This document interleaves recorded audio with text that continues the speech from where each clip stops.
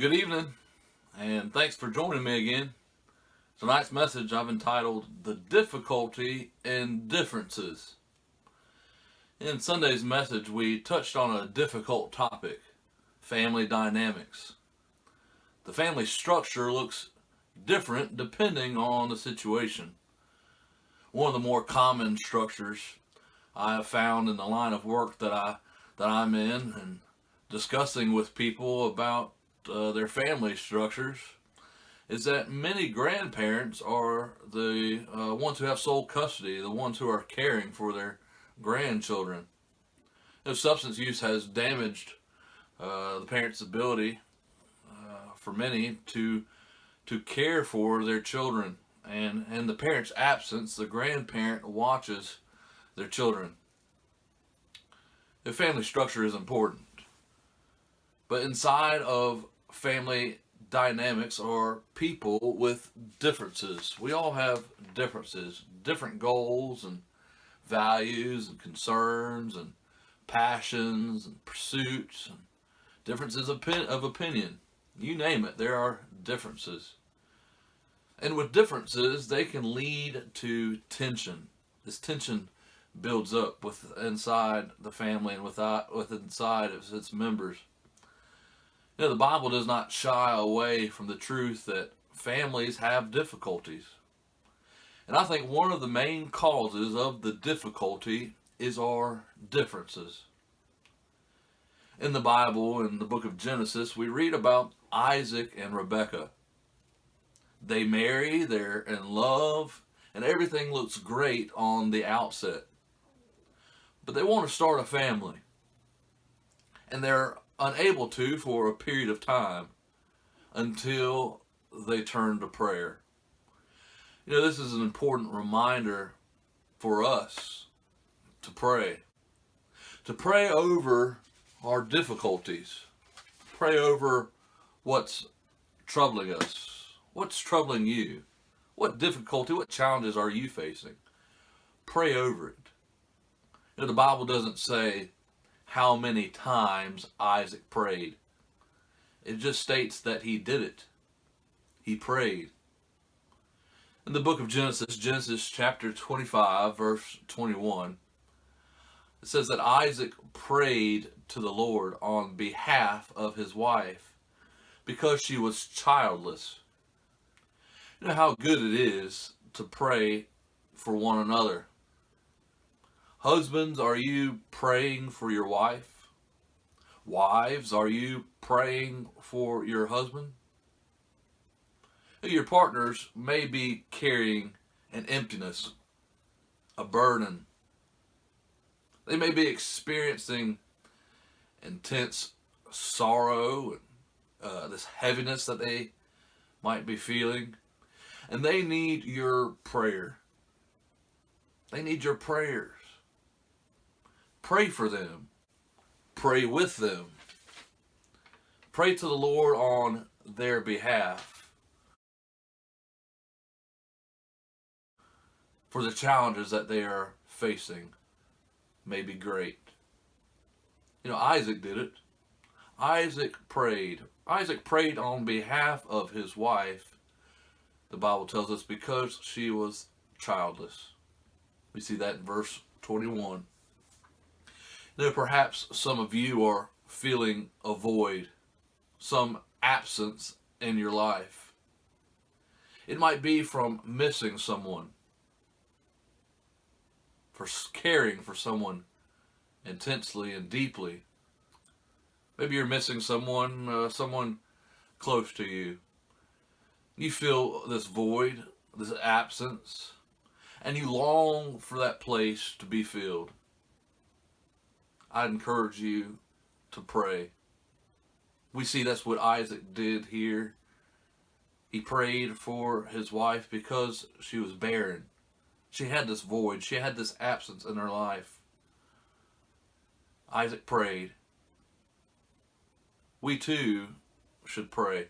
In Genesis 25, verse 21, it says, Isaac prayed to the Lord on behalf of his wife because she was childless. And listen to this. the Lord answered his prayer, and his wife, Rebecca, became pregnant. The Lord heard, the Lord listened, and answered his prayer. Part of the difficulties that we face can be due to our lack of concern for one another and what each person may be going through. How quick we can be set off, right? I know when I'm driving in traffic, somebody might be going slow or somebody might not be paying attention. We never know what someone might be going through, do we? I think part of the difficulties that we face can be due to lack of concern for others and what they're going through. Prayer changes things. That's why I constantly, bring up about this issue of praying when we start our day. Before we get things into motion, start praying. Pray for the day. Pray for God to give you the strength and the encouragement and the things that you need to help you throughout the day. Don't just dart out the door or put the wheels in motion and get going. No, take time to pause and pray.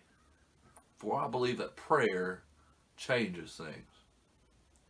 Notice here that Isaac did not pray selfishly, but on behalf of someone else, his wife. He prayed on her behalf. He prayed with the concern of someone else on his mind. Again, husbands, pray for your wife. And wives, pray for your husband. Lift up their concerns, their challenges, the things that they are going through. Lift them up to the Lord.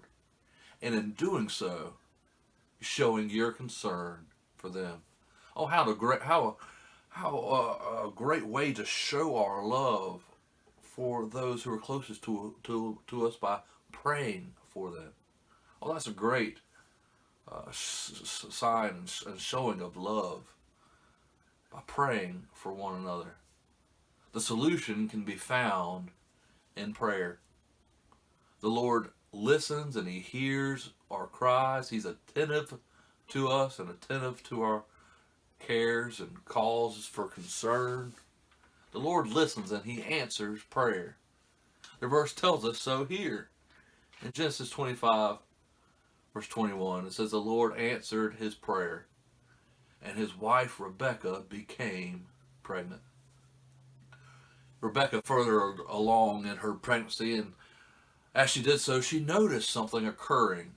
In verse 22, it says the babies jostled each other within her. And she said, why is this happening to me? So she went to inquire of the Lord. Has that ever happened to you? You get something you've been hoping and praying for, but there is some adjusting that needs to be done. There's some learning that needs to be done on our part.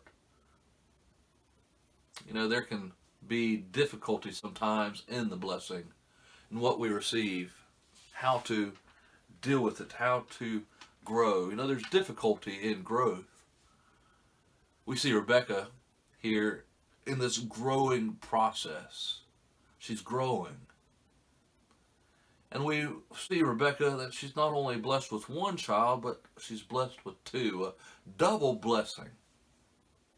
Her body is changing, which is difficult for her. She's not able to move about as freely as she once did.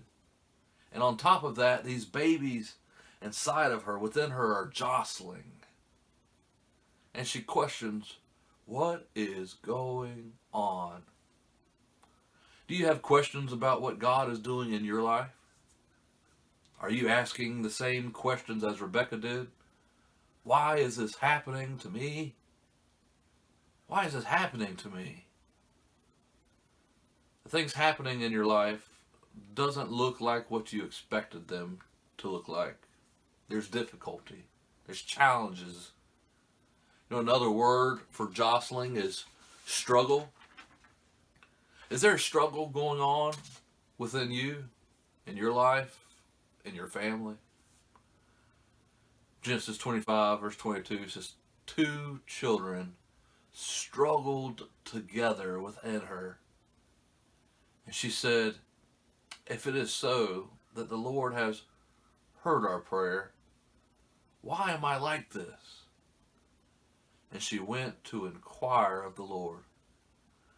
Here we see that Rebekah's in pain, just like many of you may be. There may be a pain inside of you. There was a pain inside of her. There's this pain going on inside of Rebekah. One translation that I read even has Rebekah questioning her own purpose and meaning in life, her own purpose and meaning to live. Because of the struggle within her, the translation has her saying, if this is the way of it, why go on living? So she went to consult Yahweh. Not only did Rebekah's pain run deep, but so did her questions. So she went to the only one who could answer. She went to inquire of the Lord, and she receives an answer. Verse 23, the Lord said to her, 2 nations are in your womb, and 2 peoples from within you will be separated. One people will be stronger than the other, and the older will serve the younger. The Lord gives an explanation for the pain, but he doesn't remove the struggle within. You might be wondering about the pain, the struggle that you're experiencing. At times it can feel so intense within. You question the meaning of it all. Rebekah went to the only one who could give her an answer to what she was going through. She wanted an answer for what she was going through. And the Lord didn't give her any rose-colored glasses to wear, to see through. But he told her the truth about the difficulty in differences. Inside of her is not one nation, but 2. Not united, but separated. There are differences in strength and age. As we read on, we will see that there are differences also in their skills and talents. Genesis 25, verse 24 says, when the time came for her to give birth, there were twin boys in her womb. This was way before the technology of seeing what goes on inside of a person. Before the machines and the hookups and the gadgets. And it says, finally the time came. And you had to know that Rebekah was ready. With the pain that she was gone through, she was ready for these twin boys to be birthed. Twin boys. She was going to have twin boys. Verse 25 says the first to come out was red, and his whole body was like a hairy garment. So they named him Esau, which means hairy. Have you ever met someone named Harry? I'm sure we spell it differently, don't we? We spell it Harry instead of Hairy. Have you ever met someone named Harry? That's what they named Esau. Harry. Verse 26 says, after Esau, his brother came out with his hand grasping Esau's heel. So he was named Jacob, which means he grasped the heel. Sounds like a Native American name, doesn't it? Like stands with a fist. Here, Jacob, it means he grasped the heel. Here we see with the birth of both of these boys that there's differences that are immediately recognized. We notice differences. We give them names. It gives meaning. So we do. We recognize differences. Differences are all around us. And we see in the course of time, these boys, they grow up, and there are even differences in what they do, and their likes and their dislikes. And we even see that there's a bond that's created, a special bond that's formed between each of the boys and their parents. Verse 28 says that Isaac, who had a taste for wild game, loved Esau, but Rebekah loved Jacob. Here we spot that there's this special bond that's created between each one of the boys and each one of the parents. The differences can cause difficulties. But what kind of world would it be without the differences? The differences of colors and taste, the differences of seasons, and the differences of the trees and the flowers that we see, and the differences of the insects and the animals, and even the differences of skills and talents. Well, God saw fit to have a world full of differences. Our difficulty, the challenge often can be in loving the differences. Loving when someone has a different view, a different way of doing things than us. There can be a challenge there, can't it? There can be a difficulty there in loving the differences. The challenge often is for us to learn to be okay with it. Okay with accepting differences. And continue to love and maintaining open dialogue. That's important. To maintain, to have that conversations, to continue those conversations, to continue to love and maintain open dialogue. And that way we can work through our differences. There is a challenge. Families, I see that there's many different challenges facing. There's many different problems that's going on, and different issues, and all these things can strain relationships. They can strain the family. And so, as we said there at the beginning of the message, how important prayer is, we need to continue to pray. Pray, continue to love, and again, maintain this open dialogue to work through the differences. Amen. Well, I hope this message has been a blessing to you, and I pray that you have a blessed rest of your week. And until next time, bye-bye.